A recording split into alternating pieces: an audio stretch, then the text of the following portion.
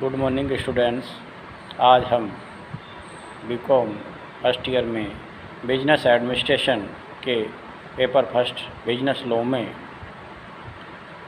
वैध अनुबंध के आवश्यक तत्व या लक्षणों के बारे में पढ़ेंगे। मैं KC. Meena, assistant professor, government college Bandikui, आज आपको चैप्टर नंबर 2 जो हमारा चल रहा था, वैध अनुबंध के आवश्यक तत्व और परिभाषा है, उसमें कुछ आपकी परिभाषाएं और अर्थ के बारे में तो समझा दिया गया था। उसका अगला जो भाग है वो है वैध अनुबंध के आवश्यक तत्व। अनुबंध अधिनियम 1872 की धारा 2H में तथा धारा 10 में वैध अनुबंध के आवश्यक तत्वों के बारे में उल्लेख किया गया है। हमने जब सेक्शन 2H की परिभाषा पढ़ी थी, उसमें लिखा था कि अनुबंध एक ऐसा ठहराव है जो राज नियम द्वारा परिवर्तनीय है। अर्थात जो अनुबंध किया जाता है वो स्टार्टिंग में ठहराव होता है, और ठहराव भी कौन सा होना चाहिए? वैध होना चाहिए। और वैध अनुबंध के लिए ठहराव का वैध होना आवश्यक है। ये राज नियम में उल्लेखित है। जितने भी वैध ठहराव हैं वह अनुबंध बनेंगे, और अनुबंध जब पूरा होता है, अर्थात अनुबंध के दोनों पक्षकार अपने अपने दायित्वों को पूरा कर लेते हैं, तो ये माना जाता है कि अनुबंध पूरा हो गया है। अब जब दो पक्षकार मिलकर अनुबंध करेंगे तो अनुबंध अधिनियम 1872 के कुछ आवश्यक तत्व, कुछ लक्षण या यूँ कह सकते हैं नियम है। वो नियम या तत्व या लक्षण क्या है, हम विस्तार से इस पर चर्चा करेंगे। तो वैध अनुबंध के जो आवश्यक तत्व हैं उनमें सबसे पहला जो है बिंदु वो ये है एक से अधिक पक्षकार।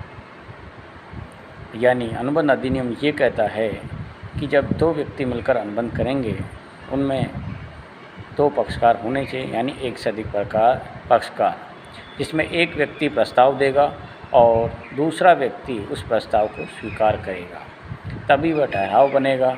और ठहराव भी कौन सा बनेगा? वैध बनेगा, तब वह अनुबंध में परिवर्तित होगा। मान लीजिए जैसे ए ने बी को अपना मकान 5 लाख रुपए में खरीदने के लिए प्रस्ताव दिया, जिसे बी ने स्वीकार कर लिया। और अब यहाँ पर क्या है? ठहराव हो गया है। जब ए और बी दोनों संपत्ति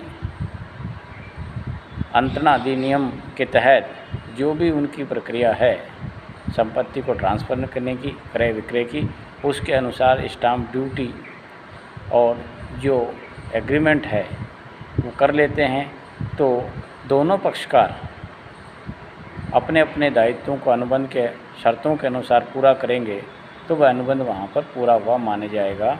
और जो भी प्रतिफल उन दोनों को मिलेंगे, जो उन्होंने अनुबंध करते समय तय किए थे, उसके अनुसार जब अनुबंध पूरा हो जाता है तो माना जाता है कि 1872 के जो वैध तत्व थे उनके आधार पर पूरा हो गया है। जो प्रस्ताव देता है उसको प्रस्तावक कहते हैं, और जो प्रस्ताव को स्वीकार करता है उसको स्वीकारकर्ता या प्रस्ताव ग्रहीता के नाम से जाना जाता है। दूसरा है ठहराव। यानी ठहराव की जो ठहराव जो बनता है उसमें एक व्यक्ति प्रस्ताव देगा और दूसरा व्यक्ति प्रस्ताव को स्वीकार करेगा। ये वैध अनुबंध के आवश्यक तत्वों का दूसरा बिंदु है। जब एक व्यक्ति प्रस्ताव देता है, दूसरा व्यक्ति उस प्रस्ताव को स्वीकार कर लेता है, तो वह अनुबंध वहाँ पर क्या है? यानी ठहराव बन जाता है। और ठहराव भी क्या है? जैसे हमने पहले सेक्शन 2E में इसकी परिभाषा पढ़ी थी कि प्रत्येक वचन अथवा वचनों का समूह जिसमें वचन एक दूसरे के लिए प्रतिबल होते हैं, ठहराव कहलाता है।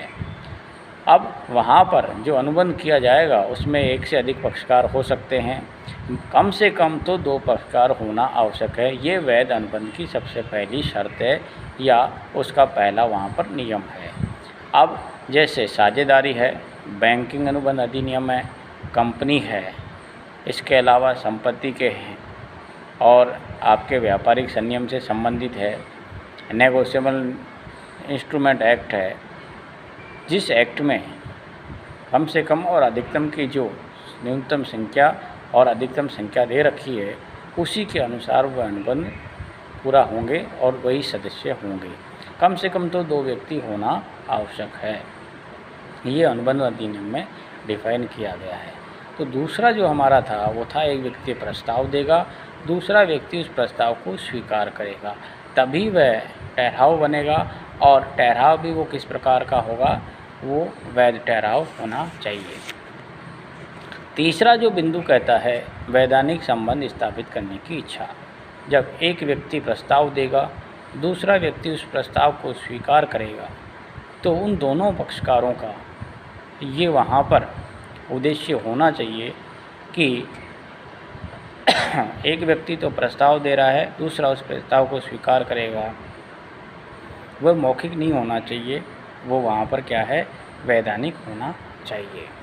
Thank you. आगे हम पढ़ेंगे।